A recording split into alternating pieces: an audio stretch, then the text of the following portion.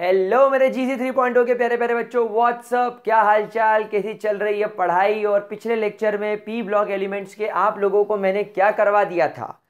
मैंने आप लोगों को पिछले लेक्चर में physical and atomic properties complete करवा दी थी। And atomic and physical property में मैंने आप लोगों को कुछ बेसिक बातें बताई थी, जैसे कि स्क्रीनिंग इफेक्ट। आई होप आप सभी लोगों को स्क्रीनिंग इफेक्ट समझ में आया होगा। इनर शेल के इलेक्ट्रॉन्स आउटर शेल के इलेक्ट्रॉन्स को यानी वैलेंस शेल के इलेक्ट्रॉन को रिपेल करते हैं, न्यूक्लियस की तरफ आने नहीं देते। जितने ज़्यादा इनर शेल के इलेक्ट्रॉन्स होंगे उतना ज़्यादा वैलेंस शेल पर रिपल्शन पड़ेगा। इसीलिए जब आप ग्रुप में ऊपर से नीचे आते हो तो नंबर ऑफ शेल बढ़ते हैं, क्योंकि एटॉमिक नंबर बढ़ता है और एटॉमिक नंबर के बढ़ने की वजह से नंबर ऑफ इलेक्ट्रॉन बढ़ते हैं और उनको रखने के लिए आपको एटम में शेल्स बढ़ाने पड़ते हैं। तो डाउन द ग्रुप शेल्स बढ़ते हैं। शेल्स बढ़ने की वजह से इनर शेल इलेक्ट्रॉन्स बढ़ते हैं और वैलेंस शेल पर उनका रिपल्शन ज़्यादा होता है, इसलिए स्क्रीनिंग इफेक्ट बढ़ता है, जिससे कि एटम का साइज बढ़ता है। नंबर ऑफ शेल्स के बढ़ने से भी एटम का साइज बढ़ता है। लेकिन एक फैक्टर इफेक्टिव न्यूक्लियर चार्ज, वो भी काम करता है। बेसिकली इफेक्टिव न्यूक्लियर चार्ज का मतलब होता है, या पावर ऑफ न्यूक्लियस, मुझे वर्ड यूज करना चाहिए, power of nucleus. So power of nucleus का मतलब होता है न्यूक्लियस की ताकत वैलेंस शेल के इलेक्ट्रॉन को अपनी ओर खींचने की। लेकिन जैसे जैसे एटॉमिक नंबर बढ़ता है न्यूक्लियस में नंबर ऑफ प्रोटॉन भी बढ़ते हैं, लेकिन प्रोटॉन्स के बढ़ने के बावजूद उस न्यूक्लियस को चारों ओर से इलेक्ट्रॉन्स इनर शेल के घेर लेते हैं, इसलिए न्यूक्लियस चाहते हुए भी वैलेंस शेल के इलेक्ट्रॉन को खींच नहीं पाता। तो जैसे जैसे down the group number of shell बढ़ते हैं एंड नंबर ऑफ शेल में नंबर ऑफ इलेक्ट्रॉन्स बढ़ते हैं, न्यूक्लियस की इफेक्टिवनेस अपने वैलेंस शेल को खींचने की कम हो जाती है। इस कारण से down the group atomic radius बढ़ता है। एटॉमिक रेडियस के बढ़ने से आयोनाइजेशन एंथैल्पी घटती है। आयोनाइजेशन एंथैल्पी के बाद इलेक्ट्रोनेगेटिविटी भी घटती है, ये हम लोगों ने देख लिया था। फिर हमने इनर्ट पेयर इफेक्ट सीखा था और मेल्टिंग एंड बॉइलिंग पॉइंट का हमने कॉन्सेप्ट सीखा था कि मेल्टिंग पॉइंट पर से अपनी एफिशिएंसी, कितने एफिशिएंटली एक मॉलिक्यूल पैक्ड है दूसरे मॉलिक्यूल के साथ, उस पर डिपेंड करेगा और इंटरमॉलिक्यूलर फोर्स पर डिपेंड करेगा। तो टेक्निकली हमने देखा कि डाउन द ग्रुप, क्योंकि एंटीमनी और बिस्मथ की +5 ऑक्सीडेशन स्टेट शो करने की ताकत खत्म हो जाती है because of inert pair effect, वो ज्यादा इफेक्टिवली दूसरे मॉलिक्यूल के साथ, दूसरे एटम के साथ बाउंड नहीं कर पाएगा। वो सिर्फ 3 लोगों के साथ ही बॉन्ड कर सकता है एक वक्त पे। इस वजह से उसकी इफेक्टिवनेस बॉन्डिंग की कम हो जाती है, इसीलिए उसका मेल्टिंग पॉइंट कम हो जाता है। लेकिन आर्सेनिक की +5 होती है, इसलिए उसका मेल्टिंग पॉइंट हाई होता है। बॉइलिंग पॉइंट सरफेस एरिया और साइज पर डिपेंड करता है, इसलिए डाउन द ग्रुप साइज बढ़ता है। बस नाइट्रोजन और फॉस्फोरस में एक छोटा सा एक्सेप्शनल केस होता है, वो हमने देखा था। फिर हम लोगों ने कैटेनेशन देखा, हम लोगों ने पी पाई बॉन्ड का फॉर्मेशन देखा, हम लोगों ने डेंसिटी देखी। वहां तक हमारा कॉन्सेप्ट खत्म हो गया था। आज मैं आप लोगों को लेक्चर में जो चीज पढ़ाने जा रहा हूं वो है केमिकल प्रॉपर्टी। हमने पिछले लेक्चर तक फिजिकल प्रॉपर्टी कंप्लीट कर ली थी, आज हम शुरू करेंगे केमिकल प्रॉपर्टी। तो चलो गाइस, आज का लेक्चर बढ़ाते हैं आगे, शुरू करते हैं।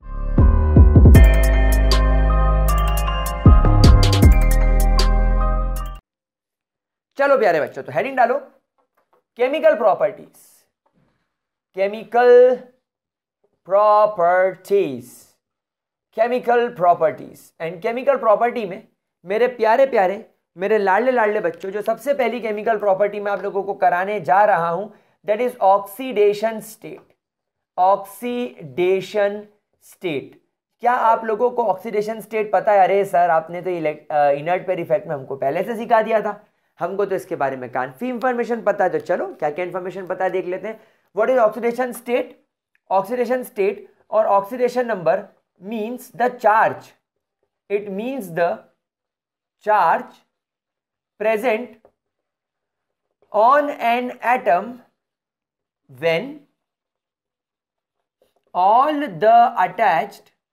when all the attached atoms are removed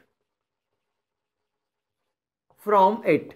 यानी अगर आपके पास में एक मॉलिक्यूल है और उस मॉलिक्यूल के अंदर अगर 4 एटम है और 4 में से आप एक एटम का ऑक्सीडेशन नंबर निकालना चाहते हो तो बाकी 3 एटम को रिमूव कर दो। जैसे अगर मैं बात करूं अमोनिया की, NH3 की, तो मुझे नाइट्रोजन का अगर ऑक्सीडेशन स्टेट निकालना है तो मैं लिखूंगा X, और मैं जानता हूं कि नाइट्रोजन और हाइड्रोजन में नाइट्रोजन ज़्यादा इलेक्ट्रोनेगेटिव है, तो जब मैं हाइड्रोजन को फेंक दूंगा बाहर तो ये नाइट्रोजन अपना इलेक्ट्रॉन इस नाइट्रोजन को दे जाएगा और हाइड्रोजन ऑक्यूपाई कर लेगा प्लस चार्ज। इसलिए हम लोग हमेशा जानते हैं कि हाइड्रोजन +3 चार्ज ऑक्यूपाई करके रखता है। हाइड्रोजन के एटम है 3, ये मॉलिक्यूल पूरा मॉलिक्यूल न्यूट्रल है, इसलिए नेट चार्ज 0। सो x + 3 = 0। सो x की वैल्यू -3। देयरफॉर जब आप तीनों हाइड्रोजन हटा दोगे तो nitrogen will occupy -3 charge. Similarly अगर आपके पास में PCl5 आ जाए तो फॉस्फोरस का एटॉमिक नंबर 5, लेकिन हम लोग जानते हैं क्लोरीन हेलोजन फैमिली को बिलोंग करता है और हमेशा -1 चार्ज रखता है, इसलिए क्लोरीन पर आ जाएगा -1 चार्ज। क्लोरीन के एटम है 5, नेट मॉलिक्यूल न्यूट्रल है इसलिए 0। सो x - 5 = 0। तो x की वैल्यू हो जाएगी +5, यानी यहां पर फॉस्फोरस का ऑक्सीडेशन नंबर क्या हो जाएगा 5। क्या ये बात मेरे प्यारे बच्चों को समझ में आ रही है? ग्रेट। तो हम लोगों ने ऑक्सीडेशन नंबर के बारे में रेडॉक्स रिएक्शन में भी पढ़ा है और इनर्ट पेयर इफेक्ट में भी पढ़ा है। क्या ये चीज क्लियर हो गई? नाउ गाइस, अगर मैं ऑक्सीडेशन स्टेट की बात करूं तो ग्रुप 15 एलिमेंट्स की अगर हम लोग बात करें तो basically group 15 elements commonly shows कौन कौन सा ऑक्सीडेशन स्टेट? -3, 0। बेटा 0 भी बहुत इंपॉर्टेंट होता है, इसको हल्के में मत लीजिएगा। +3 एंड +5 ऑक्सीडेशन स्टेट। यानी अगर आप ग्रुप 15 एलिमेंट की बात कर रहे हो तो ग्रुप 15 एलिमेंट के ये +3 +5 0 एंड -3 ऑक्सीडेशन स्टेट ये लोग कॉमनली शो करते हैं। चलिए एक टेबल बना के देख लेते हैं कि कौन कौन सा एलिमेंट कौन कौन सा ऑक्सीडेशन स्टेट कब कब शो करता है। तो यहां पर अपन लिखेंगे नाना, पाटेकर, ऐश्वर्या, सब, बिंदास। यहां पर अपन ने एलिमेंट का नाम लिख दिया,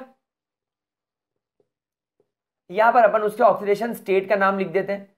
-3, -2, -1, 0, +1, +2, +3, +4 एंड +5। अब आप बोलोगे सर आपने तो यहां पर लिखवाया था कि इतने ऑक्सीडेशन स्टेट होते हैं, तो आपने इतना सारा क्यों लिखा? मैंने कहा कॉमनली, मतलब when I talk about all the elements, इन सभी एलिमेंट्स में आपको ये दिखाई देता है, लेकिन उसके अलावा भी हमारे पास में बहुत कुछ है। तो चलो सबसे पहले अपन ये 0 की बात कर लेते हैं। जब नाइट्रोजन अपने नेटिव फॉर्म में होगा तब 0 ऑक्सीडेशन स्टेट होगा। जब फॉस्फोरस अपने नेटिव फॉर्म में होगा तब 0 ऑक्सीडेशन स्टेट होगा। जब आर्सेनिक अपने नेटिव फॉर्म में होगा तो ये होगा। जब एंटीमनी अपने नेटिव फॉर्म में होगा तो ये होगा, और जब बिस्मथ अपने नेटिव फॉर्म में होगा तो ये ऑक्सीडेशन स्टेट होगा। सर आपसे एक सवाल मैं पूछना चाहता हूं, आपने बिस्मथ को सिर्फ Bi क्यों लिखा? याद करो पिछले लेक्चर में मैंने आपको सिखाया था that bismuth is a metal, और मेटल हमेशा अपने नेटिव फॉर्म में अपने सिंबल से दिखाया जाता है। जैसे अगर आप लिखते हैं आयरन तो आप आयरन को सिर्फ Fe लिखते हैं, सोडियम आप सोडियम को सिर्फ Na लिखते हैं, जिंक आप जिंक को सिर्फ Zn लिखते हैं, क्योंकि ये मेटल है और मेटल अपने मेटेलिक बॉन्डिंग के फॉर्म में होता है, इसलिए हमको इसको ऐसे लिखना पड़ता है। ये सब इस फॉर्मेट में 0 में होते हैं। अब -3 से शुरू करते चलिए। -3 कब शो करेगा नाइट्रोजन? जब वो NH3 फॉर्मेट में होगा या वो NH4 पॉजिटिव फॉर्मेट में होगा। सर NH4 पॉजिटिव वाला सिखा दो। NH4 लिखा मैंने, N इस पर एक प्लस चार्ज है। नाइट्रोजन का ऑक्सीडेशन स्टेट निकालना है X, एक हाइड्रोजन पर हमेशा +1 चार्ज होता है, हाइड्रोजन के एटम में चार्ज, लेकिन इस नेट मॉलिक्यूल पर एक +1 चार्ज है, मतलब ये मॉलिक्यूल नहीं है, कैटायन है, तो यहां पर ब्रैकेट के इधर आ जाएगा +1। सो x + 4 = +1, so x = 1 - 4 that is -3 आ गया। तो इस तरीके से नाइट्रोजन आपको हमेशा इस तरीके से +1 चार्ज में भी -3 नंबर दिखाता है ऑक्सीडेशन स्टेट का। Phosphorus PH3, arsenic ASH3, antimony SbH3 and bismuth BiH3। कोई दिक्कत? मतलब कि सीधी सी बात यहां पर एक प्रूफ हो गई कि हमारा जो हाइड्रोजन है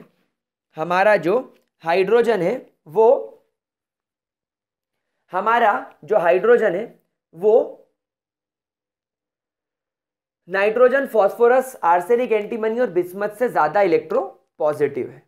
कोई दिक्कत? चलिए अब हम बात करते हैं +3 ऑक्सीडेशन स्टेट की। N2O3,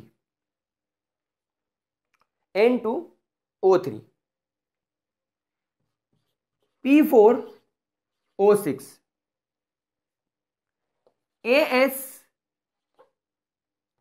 Sb2O3 Sb2O3 Bi2O3। आप चेक कर लीजिए, आप एक बार इसको ध्यान से देख लीजिए।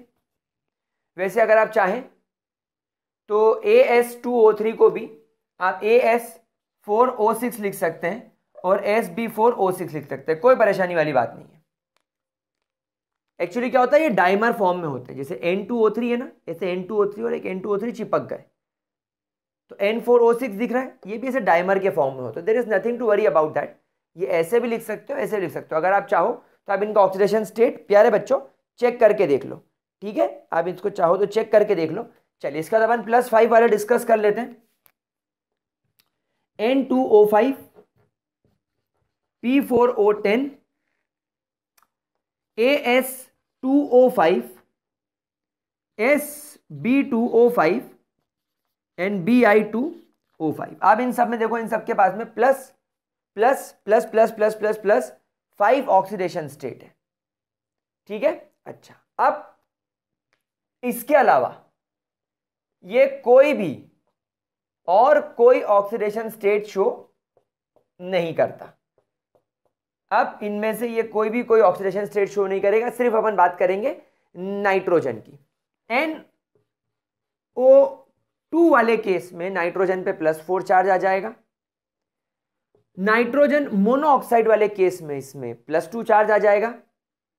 नाइट्रस ऑक्साइड जो लाफिंग गैस है उसमें इस पर यह चार्ज आ जाएगा।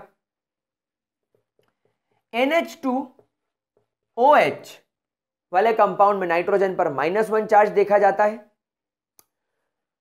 हाइड्राजीन NH2 वाले केस में नाइट्रोजन पे -2 चार्ज देखा जाता है। क्या चीज क्लियर हो गई मेरे प्यारे बच्चों? तो ये आपके पास में एक टेबल रहेगा जिसमें कि आपको नाइट्रोजन फैमिली के हर एक ऑक्सीडेशन स्टेट के बारे में कंप्लीट इंफॉर्मेशन रहेगी और आप लोग आंख बंद करके कभी भी ये लिख सकते हैं कि इनके पास में ये वाला पर्टिकुलर ऑक्सीडेशन स्टेट रहता है, ठीक है। जरा इस टेबल को आप नोट डाउन कर लो। मुझे आप लोगों को जो चीज पढ़ानी है वो पढ़ानी है ये वाली, नाइट्रोजन फैमिली के मेंबर्स की स्टेबिलिटी इन +3 ऑक्सीडेशन स्टेट और नाइट्रोजन फैमिली के मेंबर्स की स्टेबिलिटी इन +5 ऑक्सीडेशन स्टेट। हमें इसके बारे में प्रॉपर तरीके से डिस्कस करना है। तो जरा इसका स्क्रीनशॉट ले लो, स्क्रीनशॉट ले लो ताकि हम लोग जल्दी से आगे बढ़ सके। क्या आप लोगों ने इसका स्क्रीनशॉट ले लिया? ग्रेट, बहुत बढ़िया। तो मेरे प्यारे बच्चों, जैसा कि आप लोगों ने देखा कि नाइट्रोजन फैमिली +5 ऑक्सीडेशन स्टेट भी शो करती है, बट ओनली विद ऑक्साइड्स। यहां पर एक पॉइंट आप लिख लीजिएगा, that nitrogen being having absence of d orbital cannot show covalency more than 4 and hence with halides and halogens it cannot show either +5 और -5 ऑक्सीडेशन स्टेट। हाँ, ऑक्सीजन के साथ शो करता है वो अपन ने देख लिया, जैसे HNO3 वगैरह में ये +5 ऑक्सीडेशन स्टेट शो करता है, वो कर सकता है। लेकिन अगर बात करें हम हेलोजन और हाइड्रोजन की, हाइड्रोजन और अगर हम हेलोजन की बात करें तो आपको नाइट्रोजन कभी भी +5 या -5 ऑक्सीडेशन स्टेट शो करता हुआ नजर नहीं आएगा, क्योंकि नाइट्रोजन के आउटर मोस्ट शेल में 2 इलेक्ट्रॉन इसमें है और 2px 2py और 2pz में एक इलेक्ट्रॉन है। अब अगर नाइट्रोजन का अंदर के शेल का ये 1s का इलेक्ट्रॉन इन इलेक्ट्रॉन पर रिपल्शन कॉज कर भी दे, वैसे तो इसका रिपल्शन बहुत कम होगा क्योंकि न्यूक्लियस के बिल्कुल नजदीक है, तो न्यूक्लियस ने इसको खींच रखा है, तो ये क्या बेचारा पीछे वाले को रिपेल करेगा।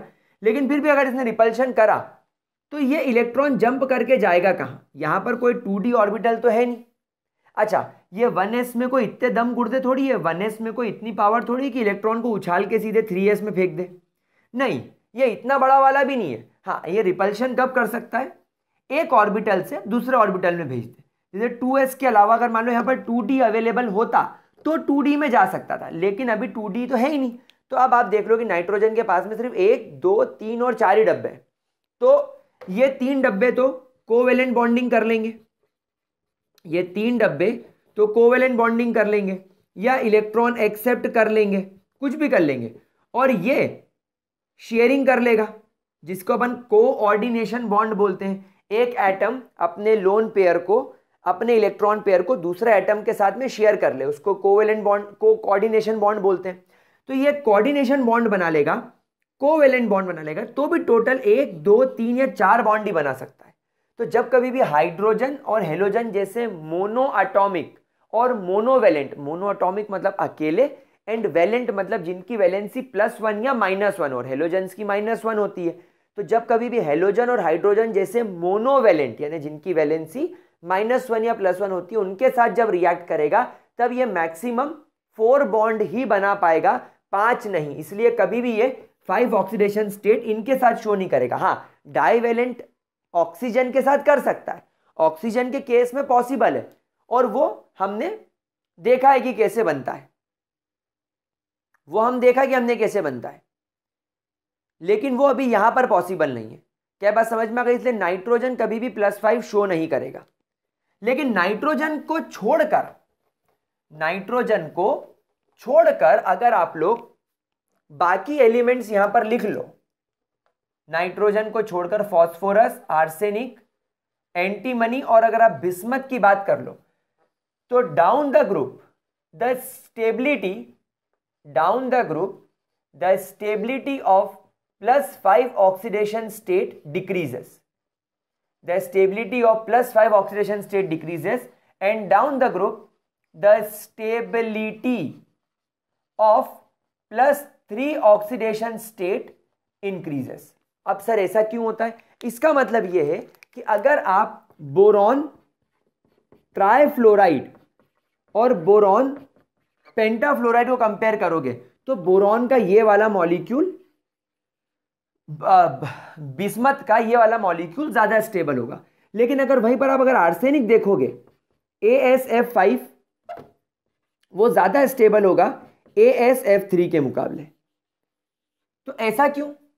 आर्सेनिक का +5 वाला ज्यादा स्टेबल है +3 के मुकाबले, लेकिन बिस्मथ का +5 कम स्टेबल है +3 के मुकाबले। तो ये आपको यहां से पता चला कि जैसे जैसे आप ग्रुप में नीचे की ओर जाओगे +5 की ऑक्सीडेशन स्टेट की स्टेबिलिटी डिक्रीज हो जाएगी, यानी आर्सेनिक ऊपर होने की वजह से स्टेबल है लेकिन बिस्मथ नीचे होने की वजह से अनस्टेबल है। लेकिन जब आप डाउन द ग्रुप जाओगे तो +3 की स्टेबिलिटी बढ़ेगी, मतलब आर्सेनिक ऊपर होने की वजह से +3 में अनस्टेबल है लेकिन बिस्मथ नीचे होने की वजह से +3 में स्टेबल है। तो बेटा इस पर सवाल जेई में आता है, इस पर सवाल बोर्ड में आएगा, गारंटी लिखवा लो। या इस फैमिली से नहीं आएगा तो ग्रुप 16 से आएगा, लेकिन आएगा जरूर। और क्या आएगा? That why SbCl5 is more stable, या why SbF5 is more stable than SbCl3 या SbF3। तो आपको ये वाला लॉजिक याद रखना है। अब ऐसा क्यों होता है देखिए, as we go down the group, inert pair effect applies, and what is inert pair effect? inert pair का मतलब क्या होगा? जैसे अगर अपन बात करें बिस्मथ की, तो ये second shell, third, fourth, fifth, six, ये 6th शेल में होगा। तो बिस्मथ के अंदर अकॉर्डिंग टू अफबाउ प्रिंसिपल आप इलेक्ट्रॉन पहले 4f में भरेंगे, 1 2 3 4 5 6 7 8 9 10 11 12 13 और 14। फिर इसके बाद आप इलेक्ट्रॉन 5d में भरेंगे, 1 2 3 4 और 5, 5d में भरेंगे 1 2 3 4 5 6 7 8 9 10। फिर आप इलेक्ट्रॉन 6s में तो पहले ही भर चुके थे, मतलब आपने पहले इलेक्ट्रॉन 6s में भरा, फिर आप अंदर गए, आपने 4f में भरा, फिर आपने 5p में भरा, और अब आप आके 6p के अंदर इलेक्ट्रॉन भर रहे हैं। अब आप 6p के अंदर इलेक्ट्रॉन भर रहे हैं और यहां पर इसका बेचारे का 6d एम्प्टी है। अब यहां पर आप देखें, क्योंकि आपने 5s भर रखा है, मतलब यहां पर आप लोगों को जो इलेक्ट्रॉन मिल रहा होगा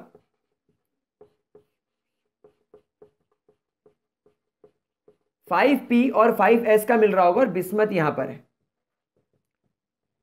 ठीक है। अब according to the rule of screening effect, according to the rule of repulsion, in valence shell के 6s ऑर्बिटल में जो इलेक्ट्रॉन पेयर्ड है, हमें इसे रिपेल करना होगा। अब रिपेल करने की सबसे ज्यादा पावर s ऑर्बिटल के इलेक्ट्रॉन्स में होती है। s ऑर्बिटल के इलेक्ट्रॉन्स, क्योंकि इनका शेप स्फेरिकल होता है और ये न्यूक्लियस के चारों ओर मौजूद होते हैं, नजदीक होते हैं, इसलिए इनका रिपल्शन मैक्सिमम होता है। फिर p ऑर्बिटल का होता है, और d ऑर्बिटल का और f ऑर्बिटल का इनका नेग्लिजिबल होता है। हमने इनर्ट पेयर इफेक्ट में सीखा था। अब क्योंकि 5s और 5p बहुत दूर हो गए और इसके बीच में इंटरवाइनिंग 5d ऑर्बिटल आ गया और इनफैक्ट 4f भी आ गया, तो अब इन दोनों का रिपल्शन, इन दोनों ऑर्बिटल्स के इलेक्ट्रॉन का रिपल्शन 6s पर कैसा होगा? नेग्लिजिबल।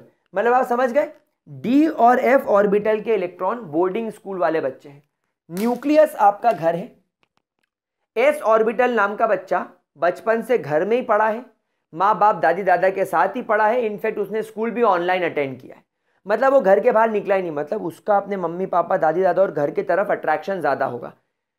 p ऑर्बिटल का इलेक्ट्रॉन स्कूल जाके घर आ जाता था, मतलब थोड़ी देर घर से दूर रहता था फिर घर आ जाता था, मतलब वो भी घर पे ही रहा है। लेकिन d ऑर्बिटल और f ऑर्बिटल को तो हमने बोर्डिंग स्कूल या विदेश भेज दिया, जो सालों साल में एक बार घर आते हैं। दैट मीन्स d और f ऑर्बिटल न्यूक्लियस से काफ़ी दूर होते हैं और इनका शेप एकदम बिखरा बिखरा सा, डिस्क्रीट सा होता है। इस वजह से इन ऑर्बिटल के इलेक्ट्रॉन्स को कोई फर्क नहीं पड़ता कि वैलेंस शेल के इलेक्ट्रॉन को न्यूक्लियस अंदर की ओर खींचे, न्यूक्लियस इनको अंदर की ओर खींच रहा होगा, रास्ते में d और f ऑर्बिटल आ गया तो इनका कोई फर्क नहीं पड़ता। ये कोई इतना ज्यादा 6s के इलेक्ट्रॉन को स्क्रीन नहीं करेंगे, मतलब रिपेल नहीं करेंगे, ये नहीं बोलेंगे कि तुम अंदर मत आओ। तो क्या होगा, 6s ऑर्बिटल पे 5d और 4f ऑर्बिटल के इलेक्ट्रॉन रिपल्शन कर रहे हैं, लेकिन ये रिपल्शन कैसा होगा? नेग्लिजिबल। ये रिपल्शन कैसा होगा? एकदम नेग्लिजिबल। अच्छा, बेचारे 5s और 5p टुकुर टुकुर टुकुर टुकुर देख रहे हैं कि हमको मौका मिले और हम इसको रिपेल करें, लेकिन कहां से मौका मिलेगा? इनके दादाजी बाहर बैठे हुए, ये रिपेल ही नहीं करने देंगे 5d। 5s और 5p के ऊपर 5d होगा ना, तो ये रिपल्शन करने ही नहीं देंगे। मतलब ये क्या हो गया, खुद भी नहीं खाएंगे और खाने भी नहीं देंगे, मतलब हम खुद भी रिश्वत नहीं लेंगे ना हम तुमको लेने देंगे। मतलब ये दोनों कोशिश कर रहे हैं इसको रिपेल करने की, लेकिन ये बीच में आ गया सिंघम, और ये खुद भी रिपेल नहीं कर रहा है, तो इसकी वजह से इसके बल्ले बल्ले पुर्र हो गई, इसकी मजे हो गई। तो अब इसने क्या करा, इट डिनाइज या it do not unpair itself and will not participate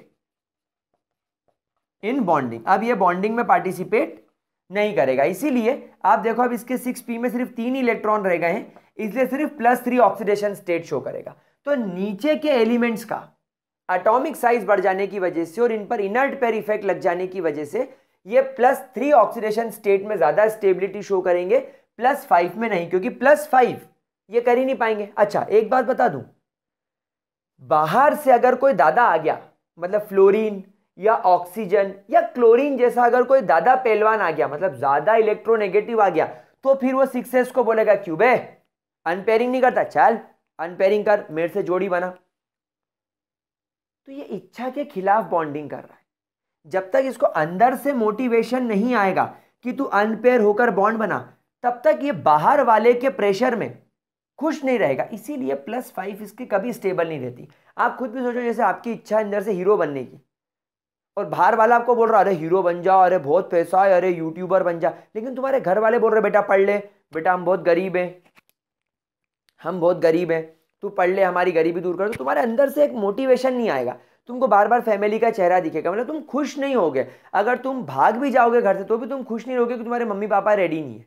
ये इसके साथ यही हो रहा है, इसको अंदर से इस ऑर्बिटल के इलेक्ट्रॉन को रिपल्शन ही नहीं मिल रहा है कि ये अनपेयर होकर बॉन्डिंग में पार्टिसिपेट करे, इसीलिए ये +3 में खुश है। और बाहर से भी अगर कोई इलेक्ट्रॉन इसको खींचेगा, इसके इलेक्ट्रॉन को बाहर से कोई एटम अगर खींच भी लेगा, फ्लोरीन, ऑक्सीजन या क्लोरीन जैसा, तो ये मजबूरी में अनपेयरिंग करेगा, इसीलिए तो कम स्टेबल दिखेगा। मतलब बनेगा जरूर, आप वरना सवाल पूछोगे सर फिर तो बनना ही नहीं चाहिए मॉलिक्यूल, तो बना कैसे?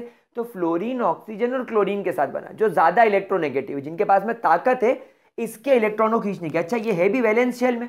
अब आप इमेजिन करो, इसके क्लोज में अगर फ्लोरीन एटम आया तो फ्लोरीन की नजर इन 3 इलेक्ट्रॉन्स पे और इस पर पड़ेगी, क्योंकि ये वैलेंस शेल है, तो फ्लोरीन खींचेगा ना इसके इलेक्ट्रॉन को, तो ये उछल के पहले अनपेयर करेगा और फिर बॉन्डिंग कर लेगा, लेकिन टेम्पररी। लेकिन वहीं अगर हम लोग बात करें फॉस्फोरस जैसे एटम्स की, वहीं अगर हम लोग बात करें हमारे फॉस्फोरस जैसे एटम की, तो फॉस्फोरस के एटम के अंदर क्या होगा? But in above placed atoms like phosphorus and arsenic, क्या होगा आप देखो, inert pair effect will be less, inert pair effect will be less prominent, मतलब इतना ज्यादा प्रोमिनेंट नहीं होगा। कैसे? देखो, जैसे अपन बात करें फॉस्फोरस की, 1s 2s 2p 3s 3p, और इस गरीब का 3d खाली रहता है। अब आप देखो इस 3s पर, क्योंकि ये वैलेंस शेल का इलेक्ट्रॉन है, अब इसकी कौन वाट लगाएगा? अब इसकी वाट लगाएगा 2s और 2p के इलेक्ट्रॉन, इनर शेल के इलेक्ट्रॉन। और आप लोग जानते हो s और p का रिपल्शन मैक्सिमम होता है, तो अब ये s और p ऑर्बिटल के इलेक्ट्रॉन्स मिलकर इसको इतना जोरदार रिपेल करेंगे कि इसका इलेक्ट्रॉन उछल के यहां आ जाएगा। और अब ये +5 हो गया, मतलब इसको अंदर से घर वालों ने बोला कि तू हीरो बन। अब जब बाहर से कोई आएगा कि हीरो बनेगा तो बोलेगा हाँ हाँ हाँ हाँ मैं बनूंगा, दैट इज। तो ये हो गया तुम्हारा ऑक्सीडेशन स्टेट का स्टेबिलिटी वाला फैक्टर। इसको अच्छे तरीके से नोट करके रख लीजिएगा, नहीं तो मजा नहीं आएगा मेरे प्यारे बच्चों। चलो इसको नोट कर लो, स्क्रीनशॉट लो, so that we can move ahead, हम आगे बढ़ सके जल्दी से। मेरे प्यारे प्यारे बच्चों इसका स्क्रीनशॉट ले लीजिए। Done with the screenshot. चलिए, तो ऑक्सीडेशन स्टेट वाले कॉन्सेप्ट को अब आप लोग समझ चुके हैं, और इनर्ट पेयर इफेक्ट से आपकी बहुत अच्छी दोस्ती हो चुकी है, मैं ये समझता हूं, ऐसा मुझे लगता है, एंड आई होप आप लोग इसे गलत नहीं होने देंगे। आपको इनर्ट पेयर इफेक्ट समझ में आ गया है। Second chemical properties, covalency. वैसे कोवेलेंसी मैं आपको ऑलरेडी समझा चुका हूं अभी नाइट्रोजन के केस में। कोवेलेंसी आप लोग सब जानते हैं that nitrogen being d orbital deficient, have maximum covalency is equal to 4, and covalency का मतलब क्या होता है? The total number of bond form by an atom, भले ही वो कोवेलेंट हो या भले ही वो कोऑर्डिनेशन हो। इसीलिए आप देखो कि नाइट्रोजन की मैक्सिमम कोवेलेंसी, नाइट्रोजन की मैक्सिमम कोवेलेंसी 4 है। 3 तो वो एक एक इलेक्ट्रॉन शेयर करके कोवेलेंट बना लेगा, और एक ये कोऑर्डिनेशन बॉन्ड बना लेगा। सो टोटल स्ट्रेंथ कितनी है? टोटल बॉन्ड ये मैक्सिमम कितने बना सकता है? 4। इसीलिए आप समझते हो, and that is why NF5, NCl5 etcetera NH5 do not exist. That is why they do not exist. समझ में आ गई मेरे प्यारो, मेरे लाडलो, तुमको ये बात समझ में आ गई? ठीक है। बट अदर मेंबर्स, इसके साथ के other members like phosphorus, arsenic, antimony can show maximum covalency up to 6, क्योंकि मैक्सिमम कोवैलेंसी 6 ही हो सकती है। एक एटम मैक्सिमम 6 बॉन्ड बना सकता है, मतलब मैक्सिमम +6 ऑक्सीडेशन स्टेट तक जा सकता है, कुछ एक्सेप्शनल केसेस को छोड़ के बाकी सबकी कोवैलेंसी +6 ही होती है। क्यों? Because of available and vacant D orbital. आप देखो इन सब के पास में वैकेंट डी ऑर्बिटल होता है। आप फॉस्फोरस के पास देखो इसका 3D वैकेंट होता है, आर्सेनिक का 4D वैकेंट होता है, एंटीमनी का 5D वैकेंट होता है। इनके वैकेंट डी ऑर्बिटल होते हैं। इनफैक्ट इसके पास में तो 4F भी वैकेंट होता है और इसके पास में 5F वैकेंट होता है। तो इनके पास तो बहुत सारे वैकेंट ऑर्बिटल है, ये कुछ भी कर सकते हैं, इलेक्ट्रॉन देना, इलेक्ट्रॉन लेना, इलेक्ट्रॉन शेयर करना, किसी का लोन पेयर एक्सेप्ट कर लेना। भाई जैसे नाइट्रोजन अपना लोन पेयर डोनेट कर रहा था, ये भिखारी है क्योंकि इनका डी ऑर्बिटल खाली है, ये लोन पेयर एक्सेप्ट करके कोऑर्डिनेशन बॉन्ड भी बना सकते हैं। एंड दैट इज व्हाई आपको SbF6 दिखाई देगा, जिसमें आप देखो Sb के ऊपर +6 चार्ज आ जाएगा। आपको AsF5 दिखाई देगा, आर्सेनिक के ऊपर +5 चार्ज आ जाएगा। आपको PCl5 दिखाई देगा, इनके ऊपर +5 चार्ज आ जाएगा। इनफैक्ट ये कोऑर्डिनेशन कंपाउंड्स भी बना सकते हैं, जो कि हम लोग कोऑर्डिनेशन केमिस्ट्री में सीखेंगे। तो गाइज यहाँ पर आपकी केमिकल प्रॉपर्टी वाला पार्ट कंप्लीट हो गया। 2 ही केमिकल प्रॉपर्टी हमें पढ़नी होती है टेक्निकली। अब हम केमिकल रिएक्शंस पढ़ेंगे, केमिकल रिएक्टिविटी पढ़ेंगे, जैसे नाइट्रोजन फैमिली की रिएक्टिविटी विद हाइड्रोजन, यानी नाइट्रोजन फैमिली के हाइड्राइड्स, फिर हम नाइट्रोजन फैमिली के हैलाइड्स पढ़ेंगे, फिर हम नाइट्रोजन फैमिली के ऑक्साइड्स पढ़ेंगे। तो ये अब हम लोग कंप्लीट करेंगे। फिर हम नाइट्रोजन के कुछ इंपॉर्टेंट कंपाउंड्स पढ़ेंगे जो आपके टर्म 1 सिलेबस में है, वो मैं आपको बोल के पढ़ाऊंगा। आज तक जितना पढ़ाया ये सब टर्म 1 के अंदर आएगा, सब टर्म 1 के अंदर आएगा। अब जो चीज नहीं आएगी वो मैं पहले बता दूंगा। तो आज का लेक्चर में यही खत्म करता हूं। That's all for today, bye bye and take care.